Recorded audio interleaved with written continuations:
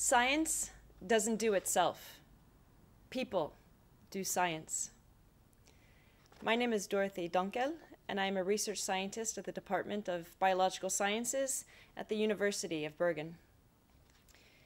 I chose to specialize in the field of fisheries biology and management with my master's in 2002 at UIB. I then did my PhD and postdoc at the Institute of Marine Research, Havforskningsinstituttet, in the pelagic fish department, where there consistently was only one female researcher in that department. Today, 15 years later, in the pelagic fish department, there is still just one of 12 researchers who is female.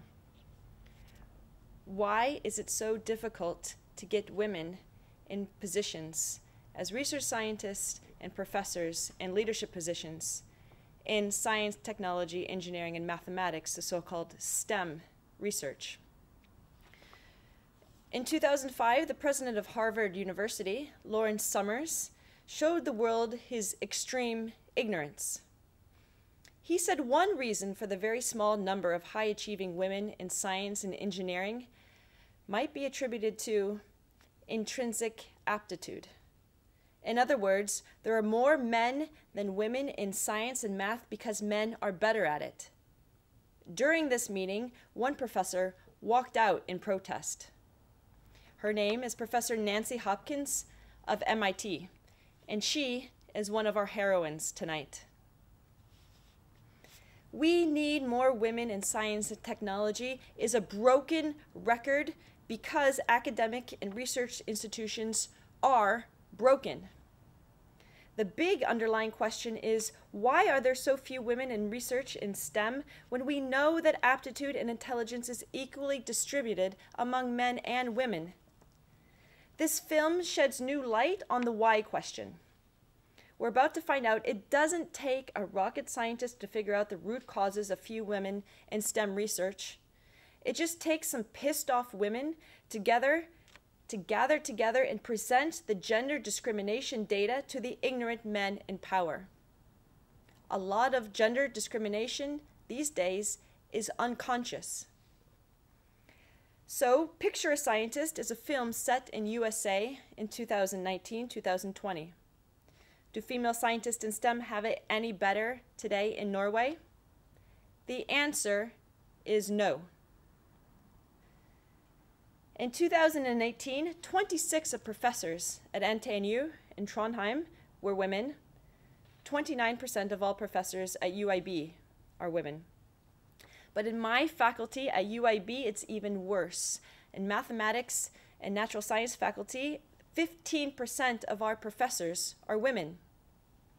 It's a verified fact that female professors of biology are paid below the average of men, not only within their department, but also against national averages. In Norway, in 2020. In 2016, Gry Bronser and Sevel Sumer from the Uni Rokon Center delivered a report, Dangers on the Path to the Peak, Gender Balance at Top Academic Positions at Higher Education and Research Institutions in Bergen.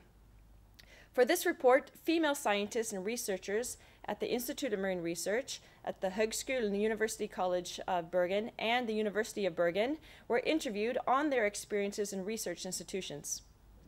They described the gatekeepers at their institutions as kings and discussed the importance of being visible and positioning oneself in relation to these established kings if you wanted a job. The interviewees agreed that the role of the good researcher was coded as masculine. And I quote from the report now, there was a clear consciousness of the fact that academia is not a pure meritocracy, and that success depends on converting professional merits to academic prestige. And possibilities for this depend on alliances with influential persons and access to networks, end quote. The established female researchers in the Bergen region area were more pessimistic than the younger ones. And, quote, several believed that during their careers they had been professionally marginalized and had few supporters, end quote. Science doesn't do itself, people do science. This is a phrase I use very often in the various lectures that I give at the University of Bergen. Gender bias, kjønnsskjevhet, partiskhet are key words that STEM researchers must associate with their science. If we want to understand science, we have to understand the people and institutions conducting science. The documentary film Picture a Scientist helps us with exactly this. Thank you to Biff for bringing this film to Bergen. We at the University of Bergen are also planning collaborations with Biff to bring this film to academia, to the faculty and departments at the Mathematics and Natural Sciences faculty in Bergen.